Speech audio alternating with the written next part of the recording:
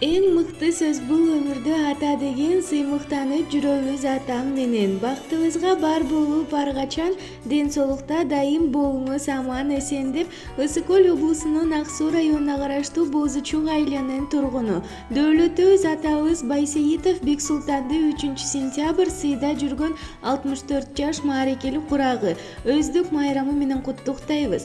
Кымбат тусуз, ардак тусуз баарыбызга бар болуңуз атаке күлүп жайнап жаныбызда. Жашооңузда жакшылыктар энчиленип аман болуңуз баарыбыздын бактыбызга. Ардактуу атаке, арабызда аман эсен болуп, тагдырдын тартуулаган жакшылыктарын кечип, уул кыздан урмат сыйын көрүп, төрүбүздүн көрккө бөлөп, небере чөйрөгө толсун астыңыз деп уулдары, кыздары жана жубайы куттукташат.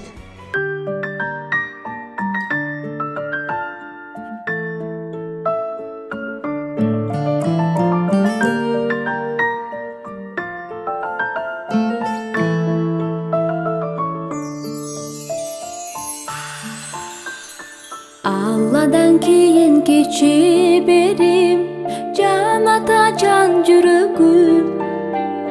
Санамдын күч кубат демесиң, сүрөнсөң тирегим. Калтырбас аязга, ызгарга, таянар тоас карым. Жан атам жанымда сиз барда, жапжарыгар таңым.